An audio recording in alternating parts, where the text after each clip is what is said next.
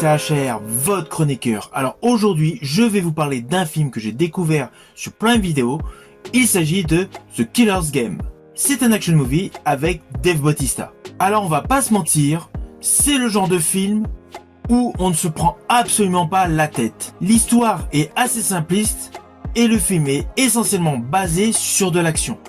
Je rajouterai d'ailleurs que cela fait plaisir de retrouver Dave Bautista, ancienne star du monde du catch, dans un action movie typiquement à l'ancienne. Si jadis vous avez aimé des films avec Sylvester Stallone ou Arnold Schwarzenegger, ce film, The Killer's Game, est calibré pour vous. Cela n'empêche pas qu'au début de ce film, il y a une histoire touchante. Oui, je vais vous dire pourquoi. Tout simplement parce que le personnage interprété par Dave Bautista, c'est-à-dire un tueur à gages répondant au nom de Joe Flood, est atteint de la maladie de Creutzfeldt-Jakob. Il lui reste quelques jours à vivre au moment même où il a rencontré une jeune femme, interprétée par Sofia Boutella répondant au nom de Maze, une danseuse de ballet. C'est alors qu'une histoire d'amour se déclenche, avec un côté inhabituel pour Dave Bautista, nous présentant parallèlement la vie professionnelle de ces deux protagonistes. D'un côté, les tueries et les crimes organisés donc par le personnage Joe Flood, et de l'autre côté, l'entraînement de la danseuse du ballet Maze, qui a participé au Bolshoi. Le personnage de Dave Bautista, apprenant qu'il est en phase terminale concernant sa maladie, il préfère lancer un contrat sur sa tête pour mourir selon ses propres termes. Et c'est là que débute réellement l'histoire de ce film. Car malheureusement, au moment où le contrat est déclenché, il apprend qu'en fait il y a eu une erreur de dossier. De ce fait, il est en parfaite santé. Implicitement, il doit composer et surtout survivre face à une armée d'assassins lancée à ses trousses. Alors ne vous inquiétez pas, vous me connaissez, je n'irai pas plus loin sur les lignes scénaristiques. Tout ce que je viens de vous dire est prévisible dans la bande-annonce. Néanmoins, sachez que ce film comporte de nombreuses surprises, tant scénaristiques que visuelles. Alors sur le côté scénario, j'ai apprécié de retrouver des figures emblématiques du cinéma d'action. Car naturellement, dans la bande-annonce, vous reconnaissez Dave Bautista, ancienne star du catch. Nous retrouvons Sofia Boutella, que perso j'avais apprécié dans le diptyque Rebel Moon, et qui avait joué aux côtés de Tom Cruise dans La Momie.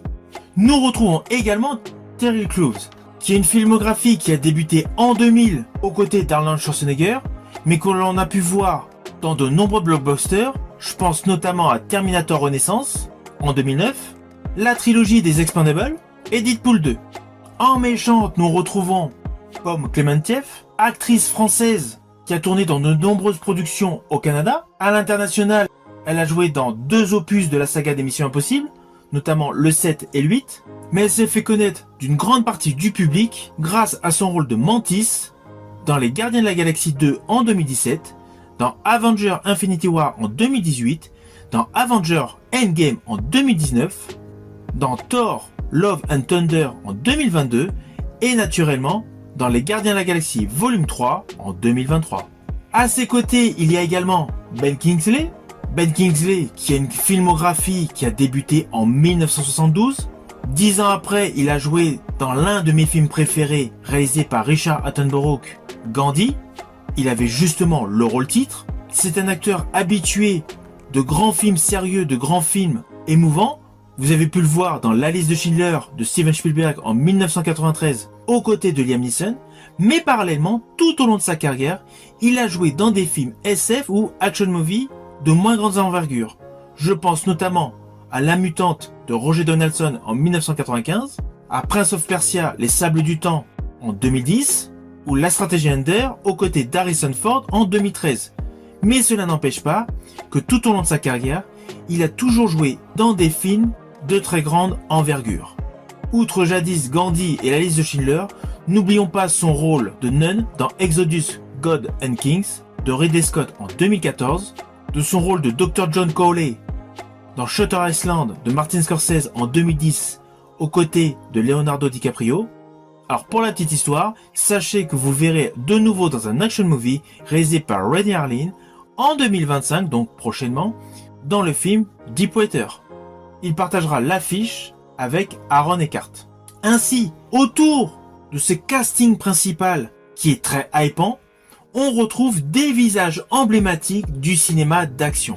Je pense notamment, pour les plus vieux d'entre vous qui se rappelleront comme moi, en découvrant son visage dans ce film, je pense à l'acteur Daniel Bernhardt, acteur suisse qui a une très belle filmographie, qui a joué dans de grosses productions comme Matrix Reload, mais qui s'est fait surtout connaître du public, des aficionados des action movies, comme moi, par Bloodsport 2, Bloodsport 3 et Bloodsport 4.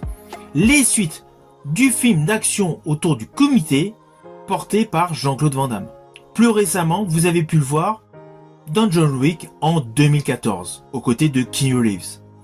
Et aux côtés de Sylvester Stallone dans Évasion 3 en 2019. Et nous retrouvons également un autre acteur spécialisé dans les action movies, Scott Adkins, qui a débuté sa carrière en 2001 avec Espion Amateur, avant de se lancer pleinement dans des action movies. Mes préférés avec lui sont Ninja d'Isaac Florentine en 2009, Expendable 2 aux côtés de Stallone et Van Damme en 2012, Hitman 4 aux côtés de Donnie Yen en 2019, John Wick 4 en 2023 aux côtés de Donnie Yen et Keanu Reeves. Mais cela n'empêche pas qu'il a tourné dans pléthore de films aux côtés de stars d'action movie.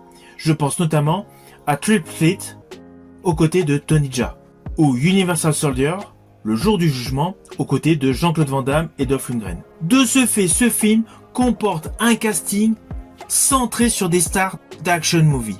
À cela s'ajoute une mise en scène de J.J. Perry totalement efficace, avec des plans séquences totalement révolutionnaires. Alors oui, d'un certain côté, il a utilisé les césures, les cuts de la série 24 heures chrono portée par Kiefer Sutherland.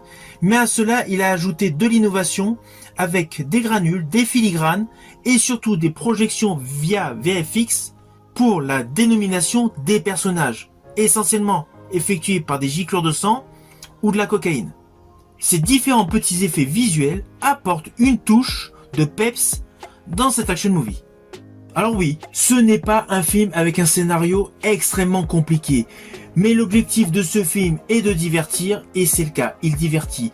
Les scènes d'action, les scènes de combat, les gunfights sont réellement de qualité. Et à cela s'ajoutent des petites pointes d'humour ici et là. Naturellement, c'est un film que je vous invite à découvrir sur Prime Video. Si ma vidéo vous a plu, n'oubliez pas, petit pouce vers le haut, pensez au partage. Quant à moi, je vous dis à bientôt pour une prochaine vidéo.